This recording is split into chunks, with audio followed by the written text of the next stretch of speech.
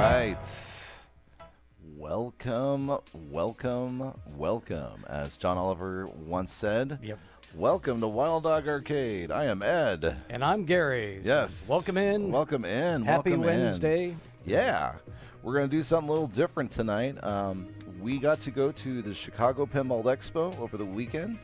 And what we're going to do this evening is share with all of you all of the different things that we got to see and do at the expo. There was a lot of stuff. There was a lot of new games that we were expecting, and then a couple of last-minute announcements right before the expo. Yeah, yeah, it was really exciting. It's good.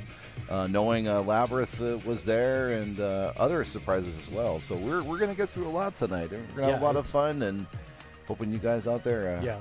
We tried to make sure we hit everything that was new that we hadn't ever touched before. So that was one of our big goals for the expo.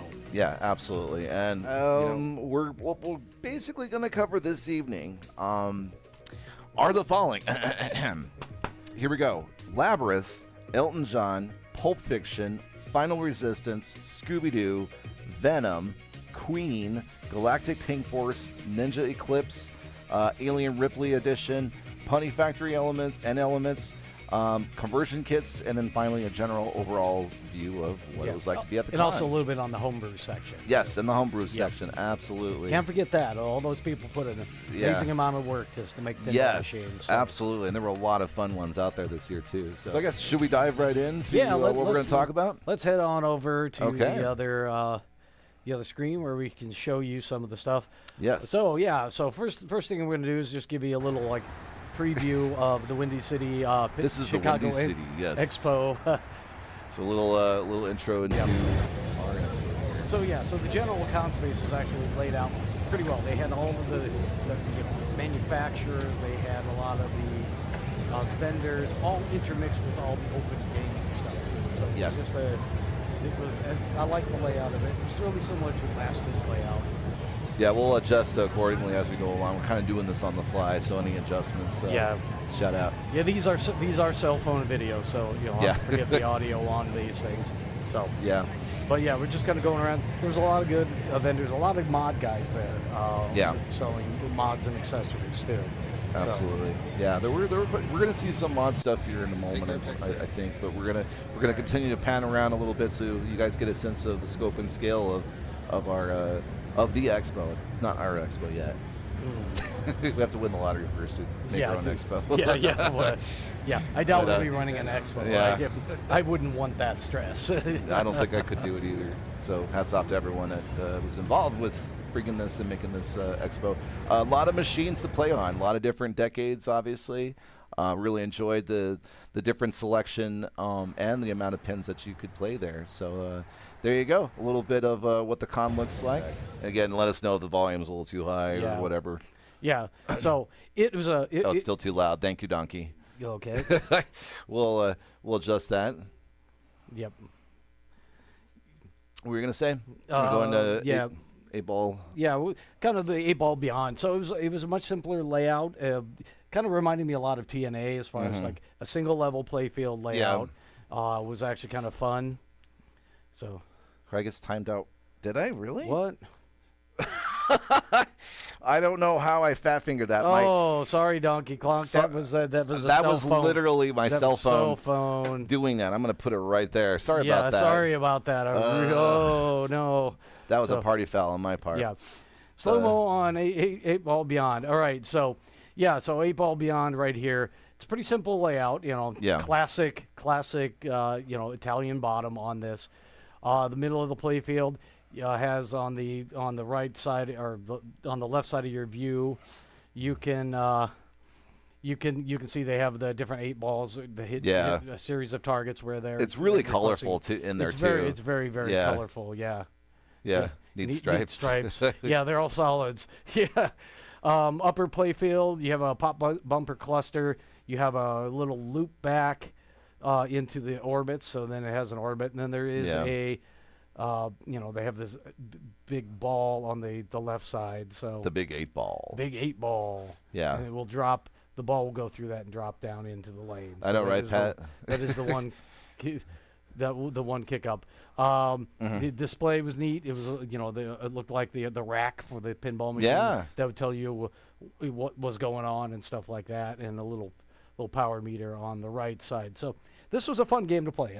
Yeah. It's one of those where sometimes simplicity is a great thing. It played pretty fast. The sound wasn't up very much, so we didn't really get a good chance to hear a lot of it, what was going on. Right.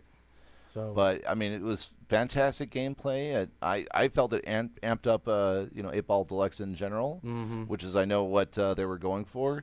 Yep. I know Borg Dog was involved with helping this being a thing being created. We have the answer to what if there was a mashup of 8-Ball and Laser Q. Yeah, exactly. Yeah, and it came out great, honestly. Yep. Laser Q's a great game too. Cool looking back glass. Yeah. So all the kind of comic booky robot stuff. So it was actually pretty good. So this was a fun game. I appreciated the guy bringing it out. I know he said it on a location for a while. He actually put it on for people to play, so which was kind of cool. Yeah. So, all right. So next one. This was an interesting one. So I guess think Joust, but it's literally you're trying to drain the ball on the other person's side. So it's the board game Crossfire or air hockey air hockey. Yeah, in a little bit. So it was kind of neat. Yeah, unfortunately, we didn't get a chance to film gameplay, but Gary and I did play a couple of games on it. And very, very simple pinball layout. But I mean, it's similar to the Joust pinball machine, but what's different about it is it's the simple rules are you just try to get as many balls onto your opponent's trough, if you will. Yeah, it's a timed game. Yeah. So it keeps ejecting balls, and you keep trying to drain them in the other person's side. Ooh, that's a good question, Taylor. I want to say it was a good 15, 20 balls at least, because and they would shoot them out at intermittent, at different points of the game and so forth. Pretty much, if you drained one on your side, it would kick one out to the other player. Yeah. So basically, it launched up the side into the other person's thing. So it's a great proof. It's a great proof of concept because, as you can see, there's not really much to be said about the back glass. There is no back glass, but the playfield art, obviously, this is it's a homebrew. A lot of the homebrews don't get artwork ever put on them. Yeah, because you got to have somebody to be able to do the art. Then you got to rebuild your playfield, put the art on it, and then a lot of homebrews never get to that point. Right. Hey there, Tort. How's it going? Yeah. Hopefully I won't time you out on accident, too. Yeah. I accidentally timed out Karate Pond. Oh, yeah. Hope you're doing all right out there, Karate Pond. Sorry to do that. Sorry about that. Yeah. Let's see. I think we've got a couple more photos in here. There you go. A little bit more info of the cards there on the bottom. What does it say again? I forgot what basically, it was saying at a certain time he was going to stop doing it. Oh, yeah. I was looking at the cards on the bottom there. Myth Pinball, yeah. Well, Myth Pinball is the guys that do the, here, right behind me over here, they're the Godzilla speaker light guys that we have with the flaming speaker lights. Those lights are awesome, by the way. I love those lights on Godzilla. It really brings it out a lot. Yeah, so it looks like it's the same guy behind it. So yeah. And that was the two notable homebrews that we hadn't seen before. Yeah. So yeah, there were a few that we couldn't play because, as the homebrews are going to go up and down like a pogo stick. Yeah, Taylor, those are drops. Those little blue lights, those are drop targets. Oh yeah, good question. So they pop up and they can block your shots, and you have to knock them down so you can plaster one onto the other side. Yeah. So yeah, it's kind of a cool little. It's a cool little design. Game. Definitely one of those casual games. Like if they made this, you would have it just in a big party. You just challenge your, you could have essentially an elimination tournament against your friends. Yeah. So, could you use the flipper on the attack end? I'm trying to remember the rules. As far as I can tell, really all you needed to do was just make sure that the balls don't drain on your end. And try to just hit it on the other side. Right, yeah. It's fairly simple. You're trying to get balls in the middle, down the drain, or the one out lane on that. There's nothing you can do on the opponent's end, so you didn't have a flipper that you could actually operate on the other side. That would be a cool idea. That would have been actually neat. we're kind of balancing a little bit, sort of towards the end of the joust rules aspect of that kind of pin too. Yeah. Oh, hey there, Hired Peanut. Expo Roundup. Could it be an expose? I don't know. We'll tune in, right? Yeah. We'll find out. We got lots of stuff to talk about. All right. Not that you guys can see that at all. Yeah. But anyway. Anyway, we're going to move on, I guess, to the next thing here. Yeah, then the next one that we're going to talk about is we did check out the selection of some of the 2.0 conversion kits and stuff that are out there. So a lot of them. The first one that we did, the first one we were looking at was Swords of Vengeance. Which is a 2-point conversion on Swords of Fury. Yeah. Which is Lion Man. So basically, it's the same playfield layout. It's just like any of the other 2.0 conversions. Comes with an LCD screen, new programming, new music and sound. It was a fun game. Yeah. The game itself could have been in better shape, so it was kind of hard to play it. And that is actually one thing we found about a lot of these 2.0s is they were demoing games on machines that weren't fully restored. Which maybe I don't know if it's a choice. I have a feeling maybe a couple of them just weren't. It was less out of necessity because it was the only games they had. Yeah. But in some respects, I think there's a lot of players that are used to what it's like as a player condition pin, where it's kind of beat up a little bit. But if you got your shots locked in and all of that sort of stuff, you're already good to go anyway. But yeah, if you want to keep going there, Gary, we can see the rest of that. Yeah. So Swords of Vengeance, with a little bit of gameplay. I mean, gameplay isn't going to be anything special. Well, I do end up showing a little bit of the screens on some of the modes, so you can kind of get a sense of what the modes are like. Again, this is from Pendretti Pinball, who also did Funhouse 2.0. Actually, no, this one? No, the Swords of Fury is somebody else. Oh, it is. I'm sorry. Okay. Or Swords so we'll of get Vengeance, to get to Whirlwind, which is Pendretti. Yeah, it's Pendretti. They were the guys behind Rudy's Nightmare, and that's this one. Yeah. So this is their next 2.0 kit. So. And it's got the usual. It's got a lot of weird, quirky modes and stuff like that. Well, the kit basically is sort of the same sort of stuff that you would get from the 2.0. You get a backglass art. You get some stuff to make the speakers look kind of cool. Other little things here and there within the playfield as well. And here's some of the different modes. I think coming up is like a crab mode of some sort. It's fairly easy to get modes started on this. I felt. If you're familiar with the layout and how to play Whirlwind, it's fairly straightforward in terms of the shots. So here you go. Here's the little select screen that you get. Yeah, these are the different modes, which they did announce what these modes were. So we tried to play through a selection of them. Game's over, losers! I have all the money! Oh, enter initials! Well, thank you. Thank you so much for that subscription. And Pat, we'll see you around. Glad that you're able to get a little rest there, and we can't wait to play Labyrinth and we really can't. So thanks for stopping in, Pat. But enter initials. Hope you're doing well. We're kind of going through all the different things that we got to do over in Chicago Pinball Expo, including Whirlwind. Whirlwind 2.0. Yes, Whirlwind 2.0. Yeah. This is one of the modes on this machine, but I had a good time with it. I felt there was a little bit of improvement since Funhouse 2.0 personally. Yeah, I think they learned a little bit from the Funhouse 2.0. They made the modes a little bit more exciting. Funhouse 2.0 kind of suffered from. They didn't really stretch too far on the modes and things like that. Oh yeah, here's some of the 2.0 conversion kits from Cardona.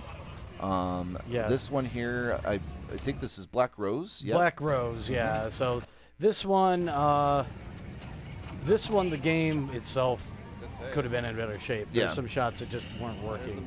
But playing with some of the modes and some of the selections, animations are a little bit on the weak side. The artwork was okay. Yeah. Not much really to say, honestly. Yeah. We weren't really impressed with either one because there's No Good Gophers that's also in their lineup. You're free from the fat finger of the law. I know, right? I put my phone out of reach. Yeah, no doubt. Yeah, I'm glad you're back there, Karate. Sorry about that. Glad you're doing okay. Yeah. Apologize for that. I have no idea how I did that. Well, you had it in your pocket and it wasn't off. Well, no, I actually had it on my lap, and then my notepad actually touched it, and I didn't know like notepads were check it touch out. capacitive. He's got an old school one with the wire binding. Maybe that's what it was. Yeah. I have no idea. Yeah, no, I know. I appreciate it though. Yeah. But anyway, yes, Black Rose 2.0 conversion kit wasn't really our bag. It didn't really have much to offer, or make it different. As you can see, they kind of redo the modes a little bit. They did a little. They have a swing mode in the normal Black Rose, but I guess essentially what this is doing is allowing the players to see the color, a bigger screen. In this and some animations within that conversion kit. Yeah. So that's essentially the idea with it. Here's No Good Gophers, Gary. Yeah, so by the same company, Cardona Pinball did this one. Again, it's a conversion kit they're selling on that, and same gameplay, no changes to the play field. They changed the sound effects with the Gophers themselves. We noticed the Gophers, and I didn't like them. Yeah, the Gophers. We didn't take much video. Let me scroll through back to that and pause it. So unfortunately Ed didn't get a picture of the animation of the Gophers. Oh man, the CG Gophers. Yeah. Kind of cut and paste. Well, not cut and paste. They were just not. Well, the design of the design was not good. Yeah. Definitely he needs to get either him like the next generation of it or something like that. I kind of like that the base games aren't always in the best shape for these conversions. It shows more realistically of what a complete conversion is more likely to look like compared to a mint condition machine. Yeah, and that's a good point. Yeah, I mean that is a good point, because if somebody buys one of those, they're not necessarily going to have a great condition machine, which is then tricky because then your new coding has to be able to work around potential problems in the machine. The switches aren't working. It's got to be able to identify, because a lot of older machines do that. They know they have ways of, this switch isn't working, so I'm going to adjust the rules or just ignore something like that. Yeah. But good point. Good. I mean, that's the other thing too, is there's so many of those machines out there that are going to be in that condition, so it's a good average to do that. But there you go. There's No Good Gophers. Yep. All right. On to the next one. The next one. So we got to play the company, I forget, Bytronic, I think is the company, who made the Punny Factory machine. Ah, yes. And they brought their new game Elements along with it. Yes, which is still in pre-production. Here, in fact, there is Elements for you. There it is, yeah. We got Elements at the beginning of this video. It's actually got quite a bit on the playfield and stuff like that. So it actually had quite a bit of ramps and the upper playfield and stuff like that. We also got to play it without the glass because the ball kept getting stuck, which was kind of cool, honestly. You can see a lot going on. So one thing I'm going to pause here for a second. So one thing I found a little quirky on this game is, did you get a picture of it down here? So they have an LCD screen in the apron, which is telling you a lot about going on the game. But a lot more stuff was... Yeah, I like the Infinity Hole too, you guys. Yeah, the Infinity Hole was cool. Yeah, it's a neat effect. Yeah. But as you can see here, you've got a U-turn ramp to feed back to the things. You've got a... Upper play field. You got a Vuck shot. It Vucks it up into the upper play field. And you've got a couple of drop targets up in the upper play field. What I found that I didn't like so much... the dragon sculpt was cool. Yeah, it was great. Yeah. I was happy with the dragon. Yeah.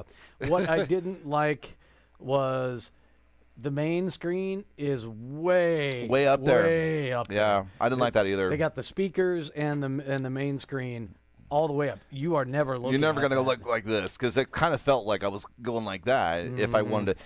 Which is why they have the little screen by your hand, I suppose. So maybe that was the idea, is that they're kind of doing an attract sort of thing for other people behind you to look better, watching stuff going to see it better. I guess that's the whole idea. There better be one in the apron and LCD way up at the top of this. I mean, that's kind of what's going on. That's exactly what's going on. How Pina called it. Is that the main screen different than the one? Yes. No, it was showing different stuff. Oh, was it? I thought it was the same thing. It was showing you game-related stuff only on that little playfield. Now, well, keep this in mind. This is brand new for them, and the code was very rough. Yes. So hopefully, as they develop it, they'll work a little bit more. So yeah. Let's see. The modded black hole was not at the con, so. Yeah, I wanted to also play what was the one that's Centaur. I didn't get a chance to play Centaur, the new one. But other than that, it was like everything else and then some that was at this con, which was great. Looks like they took a tip from some of the later Gottlieb pens like RoboWar. Oh, really? In terms of like the layout or the stuff that's going on. Some of the layout and playfield layout and things like that. I think the top screen is more for spectators and the bottom screen's for the game. Yeah, that's what I think too. That's what I think they were trying for, but obviously. Oh, the back box. Thank you, Cammy. Yeah, I think they were. It's really early. The game had a lot of bugs and things like that. I wasn't aware of what the RoboWar back box sort of situation was. Huh. Where was the ball getting stuck? I don't think it was fully draining all the way. It would hit the trough and then just sort of sit there. I remember at one point that was one thing. We had to push the ball in all the way into the trough. Yeah. It's just some of the stuff was kind of not. We just geometry-wise, it needed some tweaking and stuff like that. So yeah. But it was fun. I mean, I can't wait for them to fully bake it. Yeah, I want to play it later when they get a more fully baked code set. Yeah. Because they debuted it. It's It had rules, but I wouldn't say they were fully fleshed out either.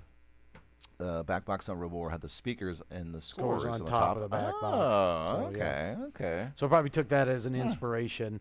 I mean, in theory, as long as the apron screen is telling the player the stuff they need to be doing, then the top can just be, here's the scores and here's some cool animation stuff. Right. Because, I mean, as a player, when we're playing these games back here, we're not really looking at the LCD screen anyway. Really. So. Yeah. Let's see. Yep. Here's a little bit better view. Oh, the side view of the dragon. Yeah, I really like that dragon. He's eating the beacon. Yep. Or that's a pop-up. We spent some time on the sculpt. Yeah. The flippers felt a little. They could use more powerful flippers, I think. Oh, okay. Yeah. I don't recall what the flippers were like. I was just intrigued with this. This is fun. Yeah. Yeah, it did break quite a bit because it's a prototype, obviously. So. Yeah, that's why they had many times we saw the playfield out. Right. I don't remember what we were talking about there. Yeah. I know, yeah. We were talking a little bit about the little display there. That steep back right ramp seats rough without more powerful flippers. Yeah, exactly. I think that was part of the problem. Yeah, the play could, if they had higher flippers, then they could make this a lot faster feeling game. Right now it felt a little on the slow side, but maybe that's just they can change the coil and get a little more powerful coil. Right. All right. Moving cameras. So now this is Punny Factory, which you've seen before, so we actually got a chance to play it. I know. I think it's a theme that's just bizarre to begin with. Yeah. So it's not really pulling me in. The playfield also layout wasn't very inspiring either. So. I mean, the backlash art, is decent. I think it's fun. It's colorful. It's kind of reminiscent of some of the pens that I've seen in the 90s. Almost the color scheme almost looks similar to like I don't know, South Park or something. So here's one of my little quibbles with game designs and stuff like that. This suffers from a big blocking object in the middle of the playfield. You got that big here. You can't hit up the middle. You have to hit around it to do stuff. Oh, like fishtails. Oh yeah. Any game that's got a big giant thing in the middle. Yeah. I do not like that in game design. I don't either. So. It's not very satisfying. I'm a flow master. Gary's. Yeah. I mean, he's not a flow master, but we want to have shots and see them go places. Yep. GTF. Yeah, we have Galactic Tank Force in here. Oh yeah, we're gonna we got a whole list of stuff we're gonna go. That does have the same kind of thing going on with the oh, things. okay. Pinball Brothers did bring their alien machines, obviously, and they also brought the new Ripley edition. This is actually the LV that's on the screen here. Oh, Hill and Harpina's got a comment on the last pin we were looking at. Looks like such a solid layout. Orbit to rollover pops, big open low area with a block. Yeah. Yeah, I think that's why another reason why I didn't really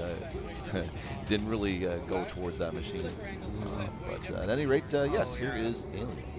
Yeah. I don't know if this is Ripley or this is the LV. LV, thank you. Yeah, this is better lighting. The Ripley edition, basically same kind of thing. The Ripley edition, this is still the LV that's being shown. Yes. So everybody's seen this one before. let's see. Do we have any video in here? I do a little bit later. We've got the Ripley. In fact, I think this is it right here. Right. Okay. Yeah. Here we go. This is some of the Ripley edition stuff. Okay. One of the big things you'll see here is the return lanes have flashers on them. This is one of the things that they're putting onto the machines. They're actually selling this as an accessory. I actually purchased this too. So basically, it gives some more flashers on the playfield. Nice. And stuff like that. I can't wait to see this. Yeah. When we put it on our machine. When it becomes available, I've got it ordered. They have they have some side art, and they also have art on the back stop on the playfield, and they have better lighting back there. Yeah, but before you move forward, Gary, I want to point out the one thing I don't really like about what they did with this particular machine is they decided to really spruce up the alien and make him gray. Well, he's got a hand-painted sculpt. It seems like the wrong that, color to me. and it doesn't. Yeah. For what they're charging, it makes him slimy. Yeah, he's definitely slimy. Yeah, I will give it that. But I'm just not a big fan of the gray colorish. Yeah, yeah. You can see some of the flashers too that they add. Yeah, it's a shiny dome. Well, exactly. Yeah, slimy dome. Yes. Shiny slimy dome. Yeah. Yeah. I didn't think it was worth it because we can buy that. Actually, that's an accessory they're now going to be selling. Right. It was like $250 or something like that for a hand painted. Yeah. Often do major companies come out with mods rather like this to upgrade the game's quality. Not generally, companies don't do major mods like this, but like Stern does, like the expression lights, toppers, and things like that. But where they actually actively go in and like put flashers and integrate it into the code, or you can switch out the alien. Yeah, exactly. That's pretty unusual. Yeah, that is pretty unusual. Yeah. So yeah. Not commonly, toppers are pretty much it. Yeah, exactly. Yeah. Nowadays, because it's the toppers that makes the money. All right, so there's your Alien Ripley edition. I love the back glass. Yeah, you got Ripley fighting the alien in the loader. Oh, and the other thing we ought to mention too is there's a reason why they're calling it the Ripley edition. It's because they actually have Ripley in it this time. Yeah, they've we talked with the guys. They got most of the assets that they have in the video stuff are approved, but there's a few waiting approval. Yeah. Because we were filming they had some of the video playing. Yeah, they were showing the video of all the different new scenes. The new scenes where Ripley is in it, and it's completely different now from everything else that we've seen. They did ask us not to share that. So we can share pictures, but we're not allowed to share any of the video, and that's okay. It's spoilers anyway, right? You gotta wait. You want to explore that. You want to explore that and see it for yourself. One nice thing about all the new code is it is 100% backdatable on all the other machines they've sold. So we'll be able to get the new code when it comes out. And they're estimating sometime at the end of November. So I can't wait. Mm-hmm. It's going to be a lot of fun to play that again. Mm-hmm. There's a still of the machine itself. And if we scroll a little bit, I think we actually get a little bit of gameplay there as well. I don't recall what other things, if any, were different about the modes other than there's no new modes. They just got new video assets to go along with some of the existing modes. So they haven't changed the gameplay or the rule structure. Yeah. Interinitials has a question here. Are the new mods with the new code or just the cutscenes? Yeah, that's what I was... oh, you're just mentioning that? Yeah. Got it. But, yeah, it's... I really can't wait to play this with Ripley, because that's the one thing that people would notice from time to time when we played Alien is like, where's Ripley? Where's Ripley? Yeah. And I still don't really miss her all that much because of how immersed I feel with the game. Generally busy playing the game, so you're not looking at the But to me, this is the cherry on the top to see Ripley here finally. So it's exciting. Yeah. Side cabinet art. There's different art on the left side versus the right side. So the left side here has more of a space scene with aliens, and I don't know if you've got video of the other side or not in here, because the other side actually is like is kind of bright orange with Ripley. It looks more like the back glass. Oh, okay, yeah. Yeah, let's scroll forward. Oh, there's the beacon. I love the beacon. That's one of the things that we're going to get. Yeah, this comes with the flasher mod. So, and then we'll be getting this. Yeah. The only thing I wish you could buy is the lighting for the back area, which I could probably figure out a mod to put in there for that, because the back area is pretty dark on our machine. Yeah. So there's your screenshots. I was trying to make them bigger when I put them on OBS, but here, there's Ripley hanging out with All Out War. But there you go. Alien. All right. Ransacked my room. So, all right. So yeah. Yes. So Turner Pinball brought their Ninja Eclipse machine. Ninja so we Eclipse. actually got to see what that. We got to see what that is. Now, pause it real quick before you go any further. Go ahead and scroll back a little bit. That looks funny, doesn't it? Yeah. So the cabinet isn't full depth. It's actually shorter, and there's no coin door. Yeah. So it's a home edition. they're basically targeting this for a home edition. But there is something they're going to do, though. I heard that they're going to change them out.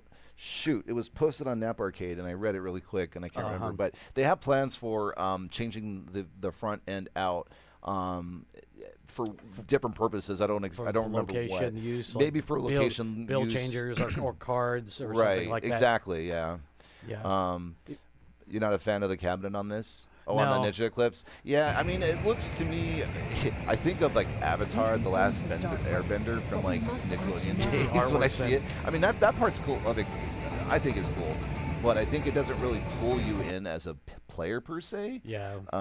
At least I think with the age demographic that generally plays pinball.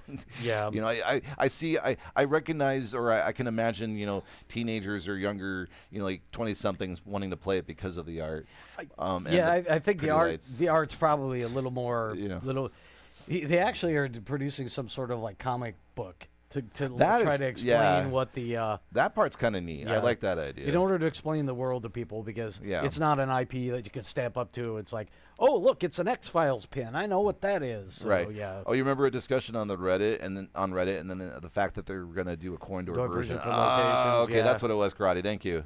Appreciate that. Yeah, I knew there was something going on there. Yeah. But at any rate, I mean, there's a lot going on in the machine. Like, I love the little the temples there, and it looks neat. It doesn't shoot all that great at the moment, but maybe with some tweaks on that, it'll get better. Right. And also there were some bugs in the code.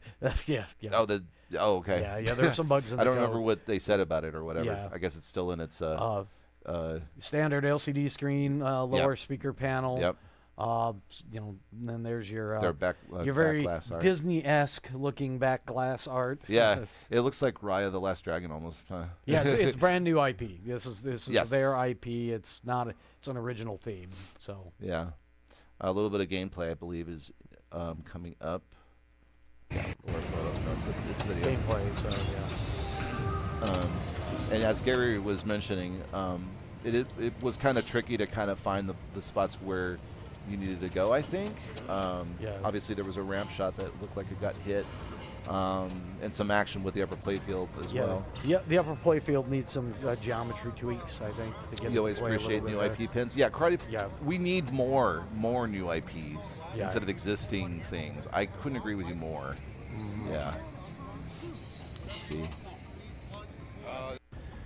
Oh, so we were kind of looking at some of the things that you can do, because you can start modes, I felt, fairly easily, which is nice. So then that way you can kind of see what there is to do in the game. It looked like there was different missions that you needed to do, and there were different characters that you could interact with. A little bit of the photo of the rules set that they had placed on the apron. To at least get your bearings on what you're supposed to do. And then I guess a photo of the lower part of the playfield there. There were actually two sets of buttons. Yes, I forgot to mention that. The one on the right, the one on the right did something. So the upper flipper was operated with a different button. Oh, so like the early day of like multi-morphic machines. Yeah, right? You had a different flipper. You wanted to do the upper right, you had to hit the lower button. If you wanted to do the lower right, you hit the upper button. And on the left side had him, but the bottom didn't seem to do anything yet. Yeah, and I think if we remember, I don't know if it was the guy that was running the booth or whatever, but I think they were mentioning that a lot of folks really didn't like those other buttons. That was one thing interesting. They had two machines there, and they were both set up differently. One of the machines was set up to use the second button for the upper flipper, and the other one was they had set up for stage flippers with one button. That was smart. And they were seeing what people liked. Yeah. And pretty much overwhelmingly people wanted stage That's flippers. like market research right there, opportunity. Yeah. Well done, Turner Pinball, coming up with that idea. Yeah. That was good. Was there a second button onto the left? Oh, you just got that one. Talked about that. But a little more of the upper play field, which is kind of nice looking. Yeah. And there you go. I think that was Ninja Eclipse. That was Ninja Eclipse. Now, Galactic, I believe. Get ready for the dubstep. Yeah. Here's Galactic K Force. I love their booth and their whole setup. It was great. Yeah, they had an inflatable screen playing a lot of those. Really easy to cheesy, spot throughout anywhere in the in the con.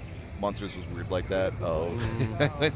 Yeah, I don't remember what the Monsters pin was like. I didn't really like it that much. So I kind of tuned it out on my memory. But yeah, here you go. Here's Galactic K Force, kind of a motif that's similar to Attack from Mars. Yep, we've seen the machine. We've seen it, but we didn't get to play it. We've never gotten to play it. We finally got to play it. So yeah, I was excited about that. So there's the big obstruction in the middle of the playfield. As mentioned earlier, yes. One of the things I found it looks cool though, interesting but not enjoyable was when the balls go above that somewhere, they just sort of come out around it and just kind of randomly drop slowly to places. They kind of dribble out of there.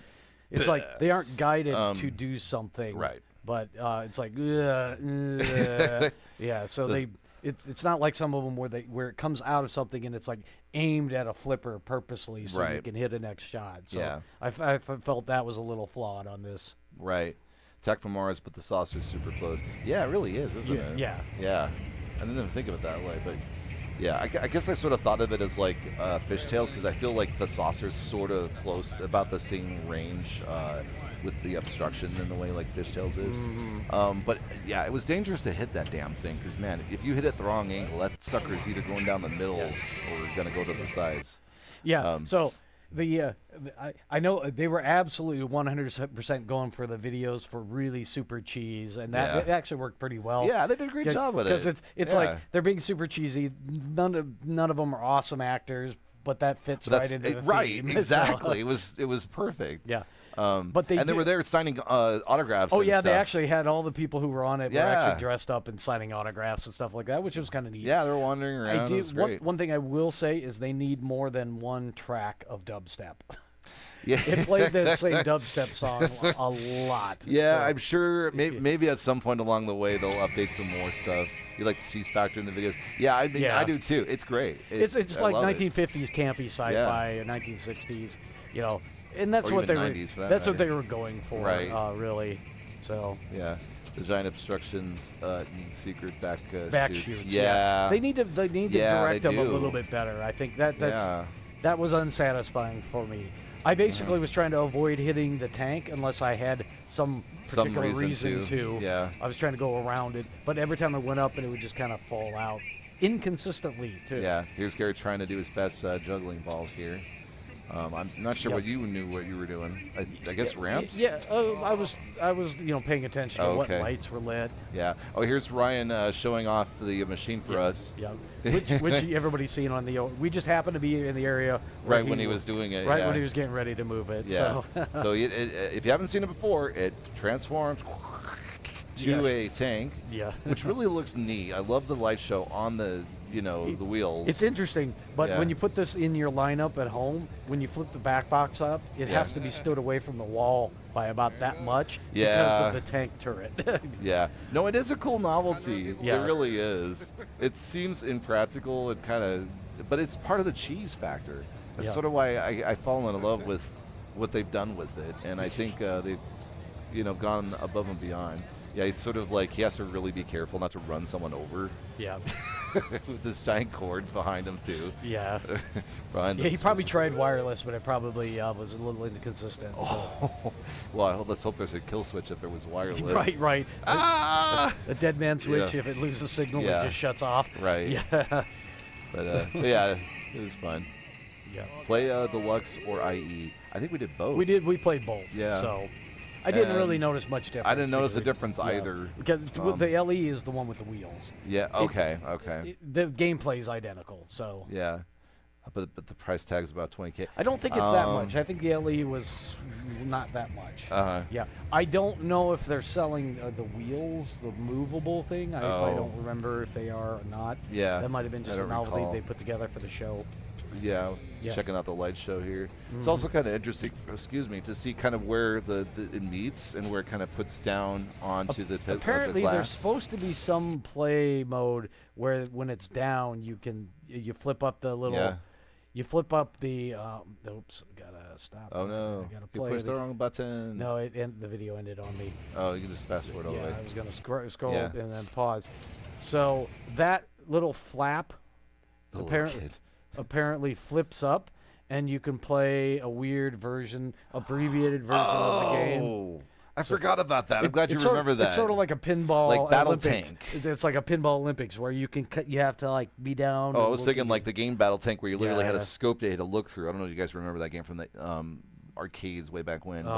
But yeah, it's kind of neat. That's the signature. Oh, is it? Yeah, okay. Signature edition. Okay. Yeah. But yeah, I mean, lots to look at with that machine. I'm impressed with Americans' effort, honestly. Hey, Vinny, how's it going? Welcome in. Welcome in. Varcon, but full sized. Varcon, remember what Varcon? Oh, the one with arcade the mirror, cabinet. the mirror, the arcade cabinet pinball machine. Yep. That crazy machine, I love it. Kid side mode. Oh yeah, that's what it was. Yeah, little kid mode. All right, we're heading back to Pinball Brothers. Pinball Brothers gives us Queen. Yep. So we got to play the Queen machine again this year. This time with finished code. With finished code. So. And I think I did better on this game this time around. I don't remember what what versions did they have again, Gary? In this? Well, they had the Rhapsody edition and the Champions edition. Ah, okay. So, but it plays all right. Geometry's a little clunky, I guess is a good way to put it. It looks neat. The guitar's kind of neat, but overall, clunky. It's a B. Yeah. I assume they fixed the multiple jackpots going nuts and rolling the game. Probably. Yeah, I'm sure. Here comes Laser Los. I'm gonna get all the points for this one. Yeah, no doubt. Yeah. The audio components on the Queen are killer. Sound and bass is rocking. Yeah, that's one thing I did remember too. Well, yeah. Even our alien machine, the audio is actually the audio system is really good. Yeah. So it's one of the better ones in pinball today. Right. So seems like a simple fan layout. Yeah, it kind of is kind of honestly. simple. It's got a simple fan layout with an upper playfield shot. So yeah. Again, I would love to explore the modes on this game now because I feel like it's going to be a lot more fulfilling. But nobody has one on location anywhere nearby. No, they so. don't. But that's okay. There's a lot of new games coming out, at least through our local place at Ulick that we're excited about. I don't know. We have to look on our pinball map and see if there is a Queen in this whole state of Michigan. I don't think so. So, all right, but Sucks. I will say for me, I kind of rate it like a B.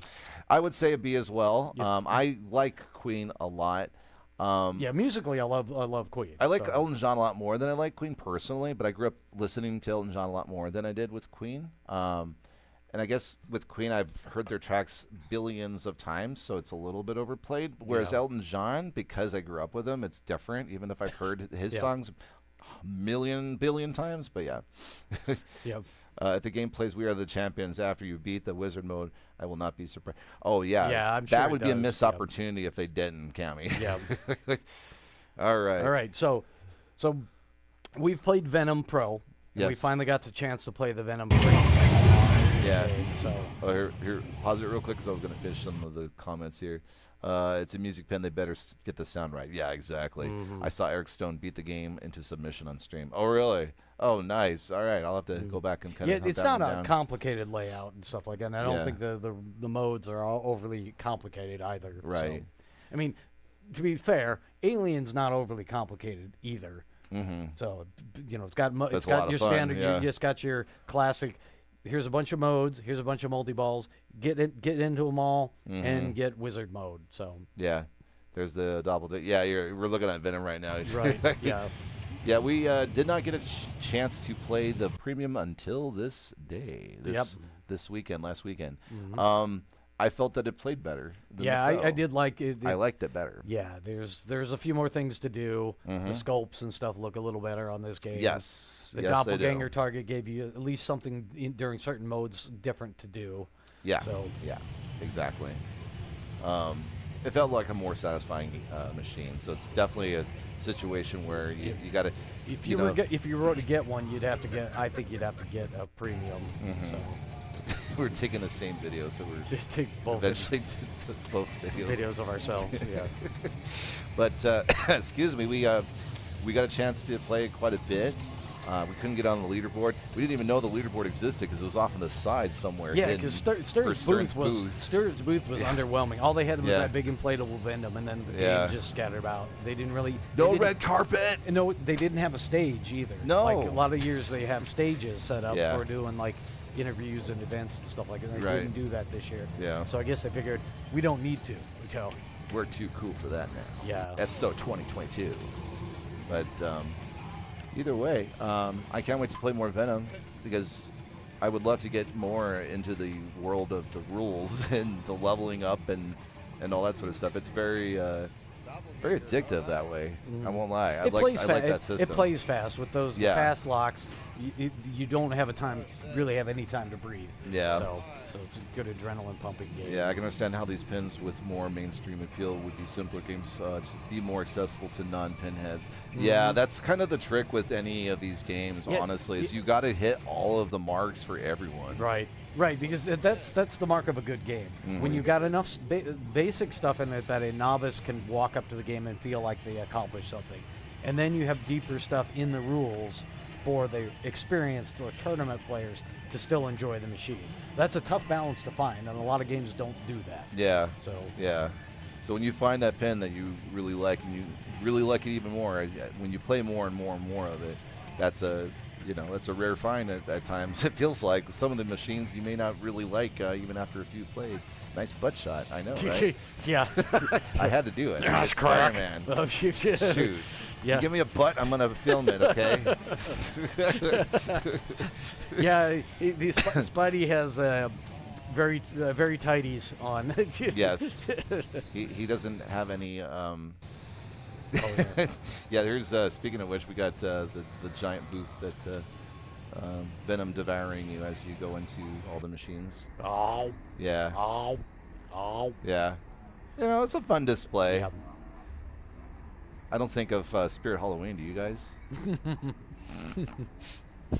I could have said that for Galactic K Force. Come on, I could have. Yes. The inflatable screen. Yeah. Yeah. Might just be as good for pinball in general. Yeah, that's a good point. No other game can anyone off the street beat with 1,000 times and keep leveling up and get more people interested in the hobby. Yeah. Yeah. Exactly. You don't want to bring out a machine that's just way too hard out of the box, and then you turn off all the players, and down goes pinball. You don't want to do that. Houdini. All right. I thought you were going to say another game. Oh, yeah. Oh, Rush is that way, too. I was thinking actually Rick and Morty, but yeah. Oh, well, Rick and Morty was a fun game once it was dialed in. Yeah. All right, ScoobyDoo. Speaking of spooky. ScoobyDoo. Spooky's effort now is ScoobyDoo. I actually liked it. We actually enjoyed playing it more than we looked at on stream. Yeah. I still have some problems with all of the shots going under a play field. Yeah, I know. That's her thing now. You can't see what's going on. I really want to see. Yeah. I don't know. But I liked the upper playfield with the Scissor Sister thing. That was fun to kind of get the hang of it. Scissor Flippers? Scissor Flippers, sorry. Scissor Sisters. Scissor Sisters is a band that came out in like the 2000s. So there you go. But there's that too. You love, hey there, Shawank. You love Yeah. Let's go. Yeah, we're friends with the owner of that too. So. Yeah. In fact, he bought 2 of the pins that we sold. Yes. The Rick and Morty and the F-14 Tomcat that he has were our machines formerly. Yeah. Hung out with the owners on Saturday. Oh, nice. All right. Yeah, they're cool guys. Yeah, they're glad you got a chance to hang out with them as well. Yeah. Mm-hmm. Yeah. So the bookend flipper. Yeah. The bookend flipper. It's cool and neat. Once you got used to how to play it, it was actually kind of fun. You could, if you catch it, you could chuck it over on the other side. I think at the end of this, I got some video of the scissor flipper. In here. Yeah. 100% agree. Every shot disappears and then just reappears somewhere else. I think the modes in ScoobyDoo were great. Yeah, I felt that way too. All so different and make good use of the playfield. I didn't get a chance to actually use all of the characters. I kept wanting to do Scooby. Yeah. I did Scrappy once, and I don't know. I didn't go far with him. Yeah, that's one of the problems with playing at an expo. Generally, you maybe get 1 or 2 games on something because there's a line of people behind you. Right. So. I almost knocked over that Scooby, by the way. It was sitting on someone's desk. I was like, oops. Yeah. But all was well. And there was an interesting thing. If you want to back up a little bit, Gary, it like locks the ball in a weird place. Oh, the little locks right the here. The little scissor locks, things. The bat wing locks. Oh, the bat wings, yeah. They chuck the ball onto the play Yeah, I field. thought that was really neat. Because there are certain spots that you hit and it locks the ball, and then I guess you can shoot it back out at times too. The modern day banana flipper. Yeah, kinda. Not as awkward, I think, because it's interesting manageable. because I was able to catch it, and then you can chuck it over into the other side. Yeah. So it was fun to kind of like Gary's kind of navigating a little bit, kind of getting used to how to make it work. Yeah, how to use it. So I liked doing that too with that one. Yeah. It's definitely an interesting game. So yeah. You like how different and varied the modes were for each villain. Oh, cool. Hey there, Iron. Iron, yeah. That's good to know. I now need to play this game a lot more. Motivation for that. Yeah, I like that flipper too, honestly. I have a feeling we're going to get a Scooby locally. I don't know. What do you think? I don't know. I think some of the quality control problems they had on some of the games previously have scared off a lot of operators on a lot of the games because, you know, I don't know how many times you go to like TNA or Rick and Morty or Alice Cooper and they're broken. Yeah. So yeah. So I think they're better in a little better in a home environment than a location at least. I don't know about Scooby because I haven't peeked under the hood of a Scooby. So all right. Now that they're doing their own boards and stuff, maybe they've got that stuff dialed in more. Yeah. Was on my first expo. Oh, really? Nice, Garrett. Yeah. This is our third time doing that. So, all right. Now we're going to move on. We got four more games to go. So this is the first time for us playing Final Resistance. The Scott Denisi Multimorphic Extravaganza. So do you? Sorry, Gary. Yeah, I was going to say, my first impression of that is this feels like the first multimorphic game that feels like a pinball machine. I have to agree. I just because the speed and the shots. Yes. And it basically gave you a little more classic feel to, even though it's on the digital screen, there's inserts and things like that. Music. The music. The music. Scott Denisi is going to make great. That's music, all you got to say, right? So so the screen did a lot of replicating of your classic like pinball style inserts and things like that. And Scott, we talked to Scott, complimented him on that, and he said we told him that it feels like the first real pinball machine from a multimorphic, and he goes, "That's what I was going for." So it plays like a Scott Denisi game. Yes. It's mean. Yeah, it's a lot more mean than TNA, and the thing that really got my blood kind of pumping was when you get modes going. And it shoots those balls out so fast from that, I guess it's a scoop shot. I'm not even sure what it shoots it's a spaceship, that spaceship on the right. Oh, okay. Well, which we'll see as we pan in there. Basically throws it at the flippers. Yeah. So the modes on this game are crazy. I can't wait to get used to the rules and what to do, let alone play it again, because I have no idea where we're going to get a P3. Yep. He zoomed up on the drop ship thing. Now, I think there was some big room for improvement.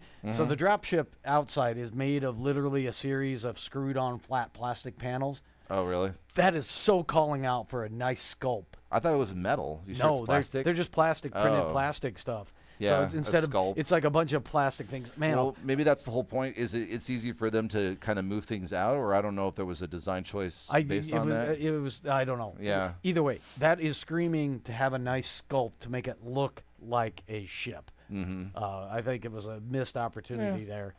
So modders out there, get one of these and make a thing. I just thought it looked crude because it was literally just a bunch of flat panels. Oh, okay. Yeah. So we need more angles. Especially with the cost of a multimorphic system. Right. This game is $12,000. So, yeah. An interchangeable game, that's $12,000. Do you like the static inserts? The thing I kind of like about P3 is the constant changing video clips and stuff under that. Yep. Under Heist, rather. Weird Al. Thoughts in general about that? I like what they do on some of the games. With some of the games. I think if it works with the theme and stuff like that. This one, Scott designed this to be more like an actual pinball machine. Didn't want to do it. It does do some stuff down below during that, but it basically. Oh, here it is. Yeah. Oh, Scott can design trucks for Elon. Oh. Probably have better fit and finish. That's pretty funny. That does sort of look like the Cybertruck now that you mention it. Yeah. Oh, that was a good one. Probably less body warps too.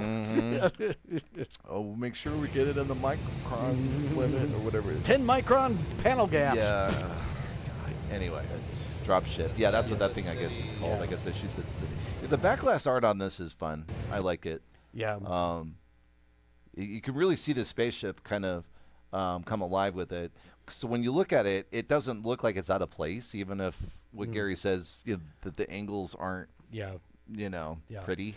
Right. I mean, if we were to invest in a multimorphic machine, I would buy the final resistance, so you get the final resistance cabinet art, and then buy other modules to play into it. Yeah. But it is, a $12,000 entry point because you've got to buy the entire P3 system with the module and stuff like that. Yeah, he thinks of a population of moths Skyrocket. Which you mentioned that. Yeah, I know.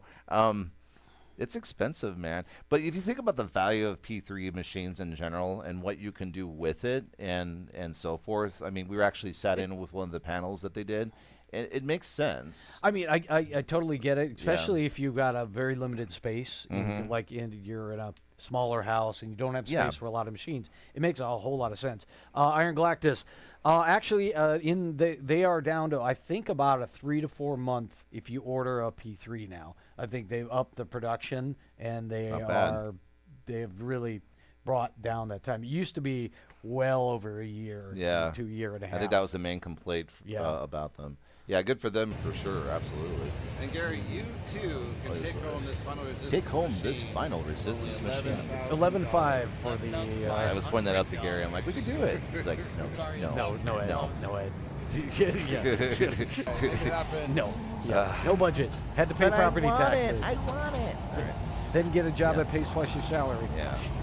Stop being a teacher. Here we go. My fault that education doesn't pay me shit. But yeah, this is one of the modes coming up. I captured this during Gary's gameplay on this. I was fascinated with the barrier mode that is coming up here. It blew me away. Yeah. Yeah, all of the P3 games have that in it. Yeah, I'm not super familiar with any of that, I guess, because I haven't played a lot of P3. But when I saw all that happening, I'm like, oh my god, this is amazing. Yeah, it is neat that Scott did use those, as part of the modes. It gets up the barriers that certain ones open up, so you can use them as scoops. Or sometimes they use them to block a ball up, whether it's up or down on the playfield as well. That's kind of why you see that long bar. That's tube or bar on that It's a bar. playfield. That's the divider between the module and the screen. Oh, okay. And that's why all the games actually have that because they came up with this mech to separate the two of them. Okay, that makes sense. Yeah. Yeah. See, they do some animation stuff with ball tracking and things in there on top of it. But he did want to. Scott purposely wanted to keep it a little more static. I vote for game two. Keep it simple, stupid. Yeah. Sometimes simple is good. You let the ingredients shine, and that's what we're doing here. They have really improved the flipper feel. The flippers. Yes, I noticed that too. You could stop the ball really, cradle it really fast. I was like, dude, stops it on a dime. Backspin, nothing. They're the same height as normal flippers. Yeah. It's just they have that whole four-link mechanism to put the solenoids in the apron because of the screen. They're cantilevered up top of it, but they're the same height as regular flippers.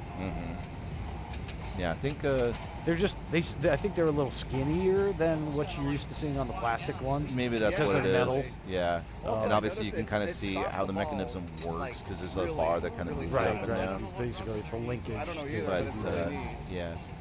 over the thin flippers. No, it didn't do that. So I mean, if you do it really fast. Oh, here's the mode that I was talking about.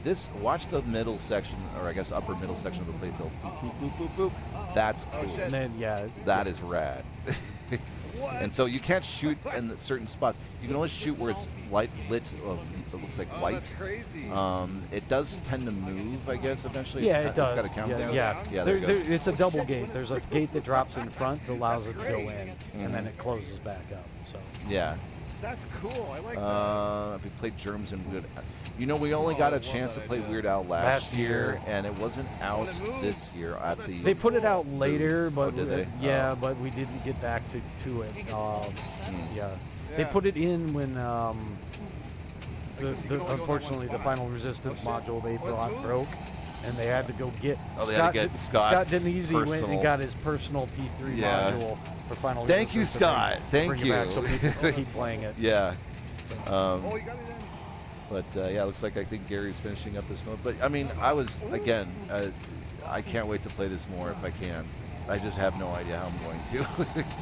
And I feel bad that I can't. Oh, well.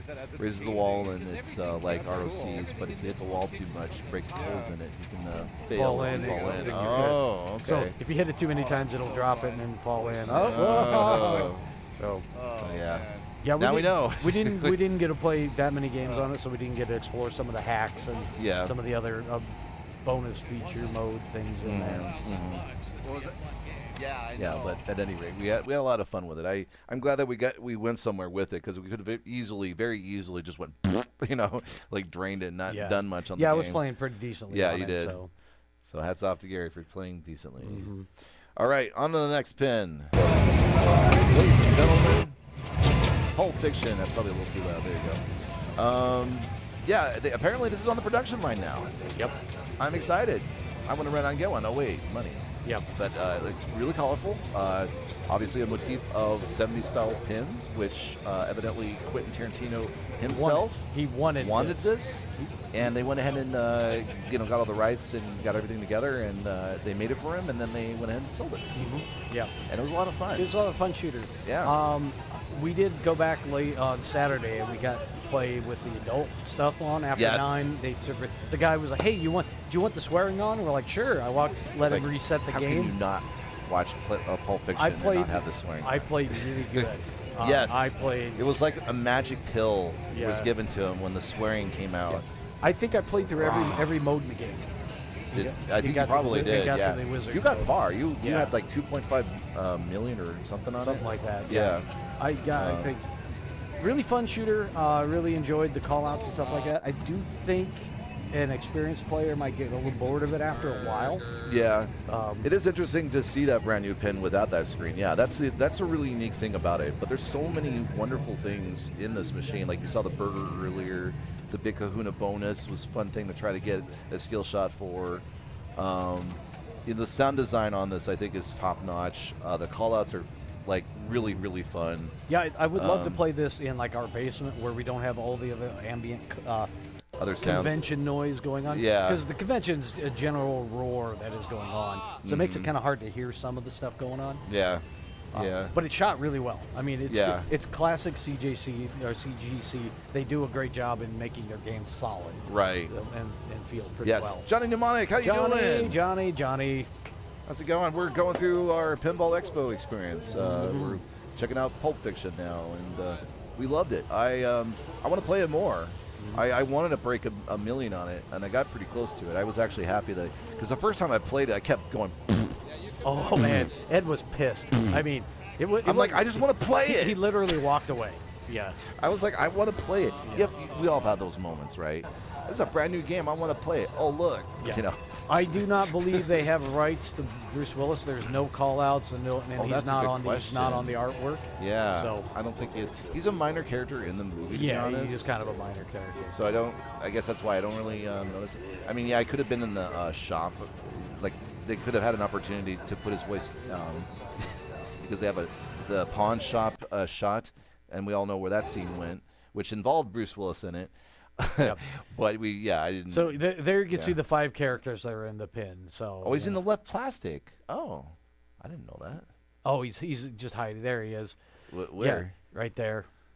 Oh, you're right. He's like glowing. He doesn't. They don't do any call-outs or anything from him. So he's literally got a couple of images in there, and that's about it. So got it. Let's see.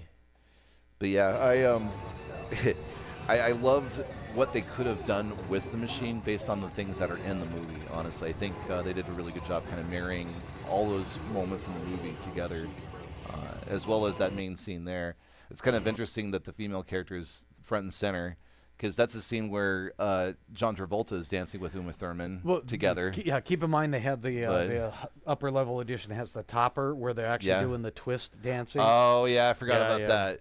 Yeah, they had one somewhere. They did have the one convention. there, I don't remember. Everybody was always on it. Yeah. I'm always nonplussed about toppers because they don't really add anything to the gameplay for me, and I'm never looking at them. That's the other problem about toppers. They're candy for everyone else except you. You're doing all the hard work. Yeah. You can't watch the topper while you're doing the hard work. Right. That's for everybody else. Oh, you got a chance to play it a couple of months ago, Johnny? Yeah. Good. Yeah, it really is.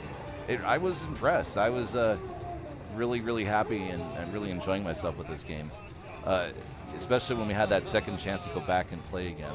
I felt so much better after getting redemption. That's when I connected with it, too. Yeah. And that's where I went through every mode in the game. So. Yeah. I'm competitive. Yeah. He wants to steal my thunder. Get all the chicks without my without me there. Yeah, so really fun game. Yeah. Really did enjoy that. That was like when I was getting up there in the score, so I had 1.9 million at that Well, yeah, that point. was you were still working on that. I think you ended up with 2.5. I ended up with 2 something, I think. Yeah. Yeah. But is it going to be made? If it's going to be made for Tarantino, it's going to happen with Therma front and center. Yeah. Yeah. Well, I thought you were going to say it's going to happen with Therma's foot front and center, but you know that's a little too much, I think, for everyone else out there, right? Yeah, all right. Okay. Here we go. All right. 2 more. 2 more to go.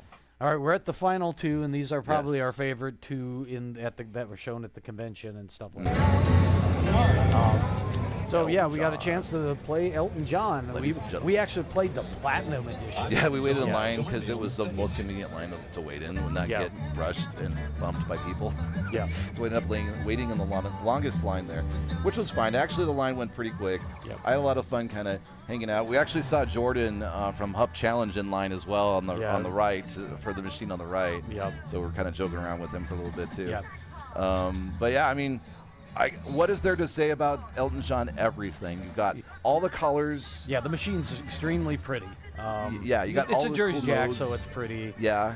And it doesn't shoot like a Jersey Jack. It plays like a Steve Ritchie game. They have they're calling them the like super flippers. Yeah. So basically, they up the power on the flippers, so they Right. shoot more like a Stern machine as far as like the actual flipper power and feel. Yeah, absolutely. So it was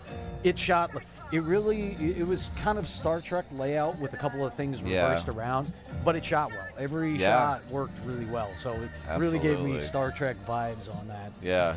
They did have this machine had the extra speakers on the side where they were plugged in, and boy, that really sounded good. Yeah. Yeah. I was impressed.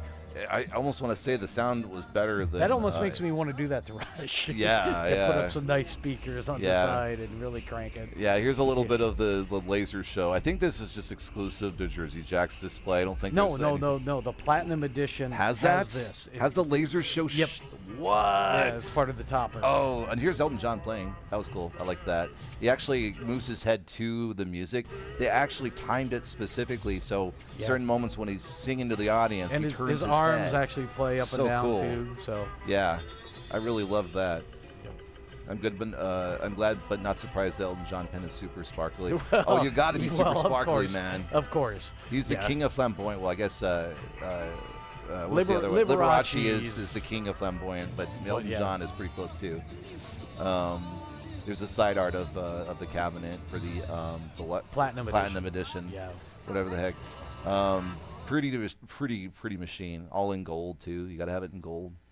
But yeah, I think if you want to go back real quick to Elton John, some of the modes I want to point out too. Yeah, I really liked the Crocodile Rock multi-ball, or at least in general locking the balls. They had a lot of fun with the little croc in the game itself.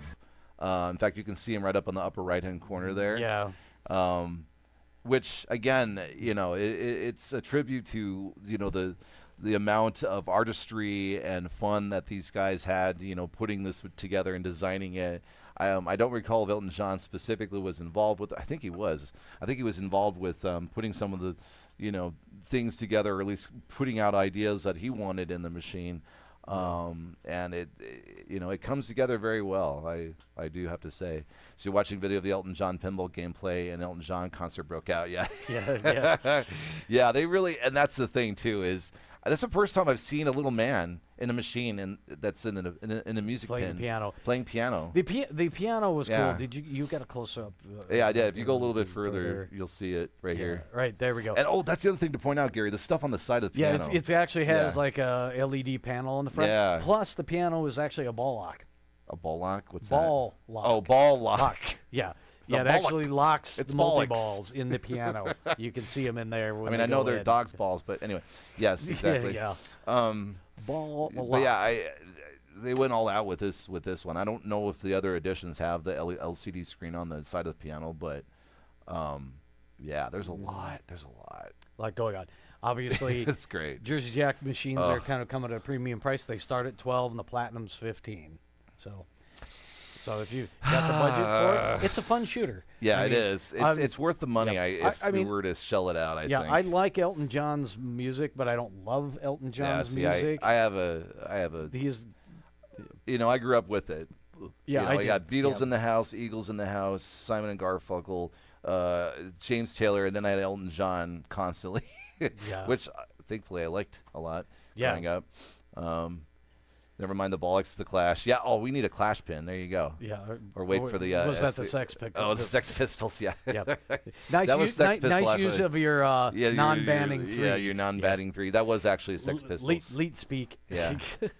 Yeah, the Clash would be a great pin to have. God, I love the Clash. All right. Yeah, so far of all the Jersey Jack machines, this is the one I enjoyed playing a lot more. Yeah. Because it didn't have the flipper feel that the rest of the JJP lineup has. Yeah. The rest of the lineup, they're kind of lazy, flipping. Well, the usual fare. That right, but it's kind of like, you got things to do, but you're not in a huge hurry to do them. This game, and I'm sure this is 100% a result of Steve Ritchie coming in, it needs to have fast flippers, and they up the flipper game, and I hope they keep that in every game going forward. Yeah, I hope so too, honestly. Yeah, I hope so too. I'm excited for the future, for what's to come.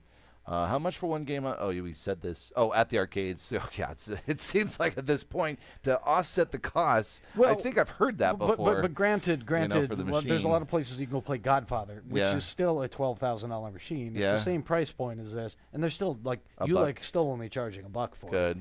But I have heard a lot of places on some of these newer games that are more expensive are starting to charge like $2 a play. Yeah. Because games in general have gone up in price. Yeah. See, the devil advocate in me says, you guys remember Dragon's Lair? In fact, I think it turns 40. As a matter of fact, that's how old we are. I am, anyway. They were crowing and crying and whinging about, oh, my God, this game is 50 cents to play. Yeah. So at this point, maybe that's just all there is to it. We're just going up on, inflation. If you're a location that has to buy this game and it costs you 3 times as much as it did 10 years ago, you got to make money. Yeah. You got to keep yourself a business. So you can't it's like a game needs to pay itself off in a certain amount of time in order for you to start making a profit on it. So. Yeah, 50 cents per credit on DL. What's DL again? I don't remember. It's only a matter of time before inflation hits pinball plays. Yeah, that's kind of what I'm thinking too. On the download, maybe 50 cents per credit. Dragon's Lair. Dragon's Lair. Yeah. You just said it. You were just talking about it. Yeah. Well, that's me and my anagrams. No. Acronyms. Ed is not good with. I'm acronyms. not good with words and good with acronyms either. Apparently. So, yeah. Bar and grilled cheese, not games.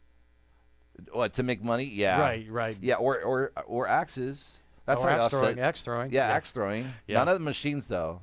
At a wall, and then you can make money that way. So there you go. That's how you offset cost. All right. Okay, so we're gonna cover the last game here that we played, and I think this was probably the hit of the show here. Y'all know what's coming. You don't know what's coming. Y'all know what's coming. Yeah, and that is Labyrinth by Barrels of Fun Pinball. Barrels of Fun. It's not coming up. There it goes. Woo! We got they were handing out these barrel of monkeys. Monkey barrel. This is my unboxing while we watched the video. But yeah, Labyrinth was a lot of fun, everyone. It was totally an unexpected surprise. It actually shot really well. I actually got so deep into the code that I ran into new bits of code. Yeah, that's right. You locked it up. They actually had, you must be at the new code. They said, I remember. Yeah, the guy goes, oh yeah, you're on the new part of the code, aren't you? You were doing this multi-ball. It lost track of a ball. Yeah. It shot really well. It's not a flow game. It is definitely a very purposeful game. Yeah. The shots are different angles, and it wants you to do stuff for the different modes. So it's definitely, if you're looking for something a little more scienced out, this is a fantastic game. Yeah. Sound integration was pretty good. The sound effects that were in this game are not the production ones, because we talked with Scott Denisi. Yeah. Because Scott Denisi is working with them on the sound design, and he's got a whole sound effects package that's not in the code yet. So all of the videos that you guys are going to see, in fact, I think tonight, Flippin' Out is streaming a Labyrinth on YouTube. So after you're done here, you can go watch it on YouTube. Yeah. The sound effects are not the production sound effects. And those will be all updated here shortly, because Scott's been working on it. Right. So, it's not Elton John's For Time in the Arcades. Remember Captain? Oh yeah, Captain Fantastic. That was at the Expo too. We played that a little bit. Yeah. As a action pack. Well, Ed did. I did. Yeah. Yeah. But here a little bit of the gameplay, or I guess that was the startup. We were showing off the back glass in the overall playfield there. Scott one day will have worked with every pen company. It feels that way. It seems that way. Which I'm fine with. Now, if I can get him to do all the sound for our homebrew. Yeah, exactly. Yeah. But the house talks. What I loved about that, and you guys have probably seen, is this game has mechanisms that do nothing for the gameplay, but just for the atmosphere. Like the house talks up, and what the red. Or I guess it's not really the house. It's the big guy. What's his name? Well, he's under comes out of the house. He lifts the roof of the house and he talks. I forgot his name. Yeah. And there's little things that pop out of side stuff to taunt you. There's a thing when you drain a ball, for instance, there's a little guy that comes out and he's like. Yeah, he pops out from the bottom of the apron. It's great. Yeah. Like right there, you can see kind it. of see it sticking out of the apron. It's one of the red-haired, crazy-looking guys. It pops out when you drain and makes fun of you. Right. Yeah. Yeah, the mechs on that, exactly. They have a Jim Henson feel because of those little touches. There are mechs that are just there for atmosphere. They're not for gameplay, not for modes. It was good. Yeah. It was really good. I enjoyed it for a lot. A company, now they do have a bunch of industry veteran type people involved in this company. So I guess once I found that out, I'm not surprised the game is as good as it is out of the box. If we were in a financial position and maybe we're a little more attached to the IP, we would have gotten in on it, but we decided not to. But that being said, this company says they have their next 2 IPs already secured. That's exciting. And they're already working on the next next I think the one. They're talking about the rumor Princess being Princess Bride. Yeah. And then the third one, what was it that we were thinking it was going to be? I don't know. I don't think it's going to be another Jim Henson movie. Jokingly we said Fraggle Rock. Oh yeah, we because joked about Fraggle Rock. Hensons, yeah. That would be that would be great.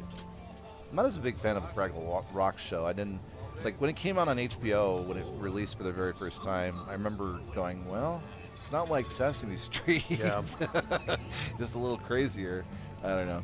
I wonder where all that capital for such a startup came from. That's a great question because there's a lot of names in Barrels of Fun. Oh, Dark Crystal. Yeah, that was another one we thought that would be. Dark Crystal. Yeah. Because that really definitely goes hand in hand with this Labyrinth theme. Absolutely. So yeah. Labyrinth was made after Dark Crystal, and then when this movie didn't do so well. I think it took a while for Jim Henson to get kind of back on his feet in terms of getting another hit. I think that's when Storytellers came out afterwards for the TV show.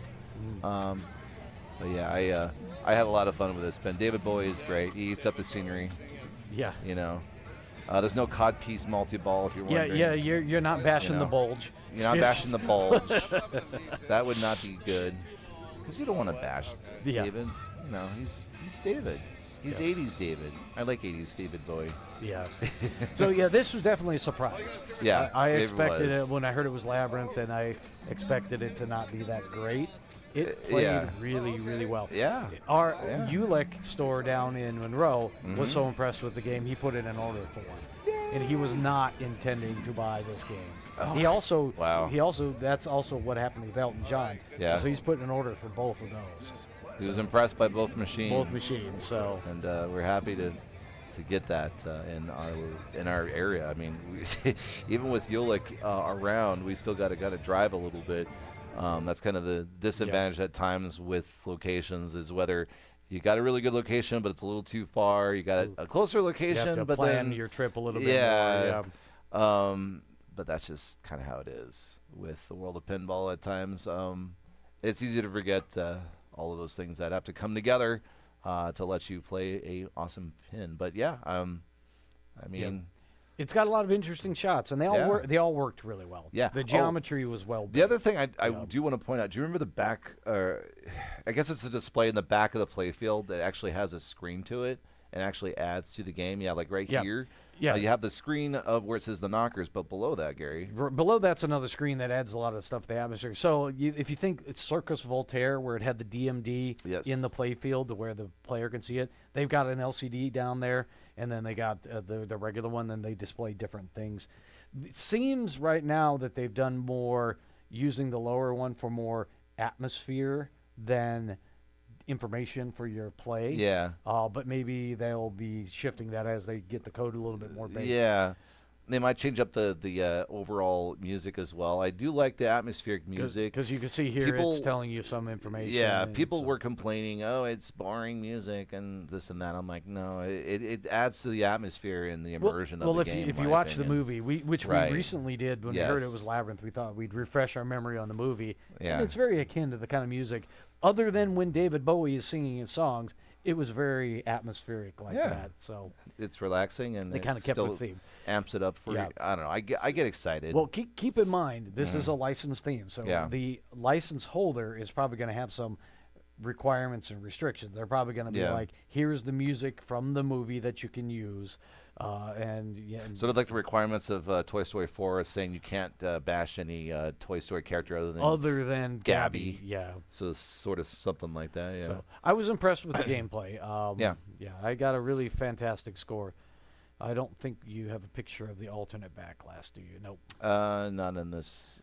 I had to slap this together at till 2 in the morning because it turns out when you take cell phone videos and you put them onto what is it, Caden Live? I don't know if other video editors are like this. It doesn't like it, and it goes, oh, it's variable frame rate. Now we got to take forever to... Cell phones do weird things make sometimes. It, what is it, convert it into whatever. Well, it had to transcode it. Transcode it. But So anyway, we were really pleased with this game. Really surprised at how well it played, for being a startup company. Yeah. I will say this. Their name left a little bit of desired. Barrels of Fun Pinball. But they're barrels of fun. Yeah. There's a pinball inside. I don't know. I mean, you got to have a catchy thing. I liked what they did with their marketing. I think it was really smart for them to do what they did. That's been actually very polarizing. Some people thought they did a shitty job. Why would they think it's shitty? I don't understand. I don't know. There's some people complaining about you should have just announced it and then here's the game. And well, they kind of did because they had basically sold the game out at the Expo. They've been teasing it for a year. Of what this game would be? No, of the mystery pinball company. The company remember in the NAP arcade stuff? They've been teasing that, and then pretty much people were dismissing them. Because it's not a real company. It's somebody trolling us and stuff like that. Okay, so that therefore makes it polarizing because now how do I trust you if you don't reveal your name? Yeah, rectangular prisms of fun. Yes, Schwank. Yeah, I don't know. Maybe you could have probably been a little bit more innovative with their name. But hey, that's what they chose. It's. I think I don't mind it too much. I think it's better than some names I've heard out there. But there you go. So, that was really good. That was the Expo, ladies and gentlemen, and it was a lot of fun. It was a lot different than being at the Expo last year when we did the JJP Museum tour, or I guess Factory Tour. Factory Tour, not Museum Tour. It might as well be a museum because there's pinball machines there. And then we did the Pinball Olympics, and it was a different feel. This year, we kind of felt that there was not only was a lot more machines to look at, but there were a lot of vendors to kind of chat with. There were definitely more vendors. Like things there, mods and other pinball-related accessories. Yeah, we got to chill with Unruly Quilter. Plus, our friend Unruly Quilter, who who helped make that help for us. make these nice beer koozies for us. So they're actually nice metal insulated ones. So. And they're machine washable. You can put in a dishwasher. Well, they recommend not doing it, but she said that she's washed hers a lot and it hasn't changed. Oh, okay. So then it's not so much, I guess? Yeah, well, especially if you're putting a beer in it, it's never getting needed to be washed. Oh, that's the thing we forgot to mention. So not only does it have that, but it has these caps that you can do it like a regular that coffee you can put in there and make it, The so Unruly Quilter. Unruly Quilter. Yep. She goes to a lot of Comic Cons and a lot of. Oh, does she? Oh yeah, well, that's like some of her big stuff is nerd stuff, obviously. Yeah. Geekdom, and they love pinball, so they do the pinball convention. She pretty much sold out like within like a day and a half of all her pinball related stuff that she had. Yeah, she had like 2 racks of out, and one of them was like just gone. Yeah. So really enjoyed the walk. She did have prime location right by Jersey Jack's booth. Oh, that does help. So that does help. Really enjoyed the walktalk of your time at the of course, no at the show. Yeah. Since we know not everybody gets to go because it's a regional thing. People don't. Sometimes they'll fly in from out of other countries to go do something like this once in a while, but not everybody gets to go. So we thought we'd take some video and share it with everybody. Yeah, because we appreciate it when other people do it at shows that we can't attend. Right, exactly. And, it's always our pleasure to share with you guys because it's a lot of fun to do that and talk with you and share with you. And also meeting you guys in person, too. There's a lot of you out there that just stop by to say hi. And we ran into, Combo Chuck. We ran into Mama versus Pinball. Ran into Second Place Andy. I wish it was in her initials. No, Small Town Pinball. There was a lot of folks that we got to see, and that's another part of the pinball world that we really enjoy is meeting you guys out there, whether you're in the virtual land or in person or both. Yeah, maybe one day. Yeah, we're hoping to go to the Texas Pinball is it festival, Gary? That's the one that's coming up. Yeah, we actually have hotel rooms at TPF, the Texas Pinball Festival. We still haven't committed to going because I booked outside the whole convention block, so I could cancel it without a penalty. Yeah, it's literally a block away from the convention center, so it's not a huge deal. But yeah, we are trying to target to do that, and that's in March. So we're hoping that we'll meet more of you out there, and we'll play the games again, the brand new ones. Maybe hopefully play some new ones at that point because I have no idea what's coming out between now and March. Really excited about what that holds, and I mean we can all use another vacation even if we just had one. Yeah. Because I won't lie, I had post-con depression. That'll be 5 months from now. So it's almost a happy. I'll recover from post-con depression just to have it again in 5 months. But yeah.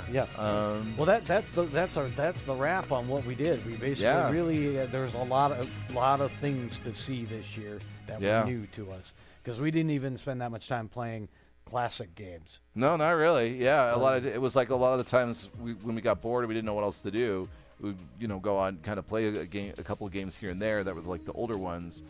And that's great to have that break, but it was also fun to go, you know what, I feel like going and playing Pulp Fiction right now. Trying to play it again. Yeah, or I want to go to play Venom and see my butt get kicked again, or whatever. I mean, that is the best thing about cons is knowing that when you get up in that morning, you can just go downstairs and play some pinball. So, yeah, did you get the chance to see and or play Magic Girl? Oh, yeah, we did play Magic Girl. We had played it previously, so you could have bought one if you had $45,000.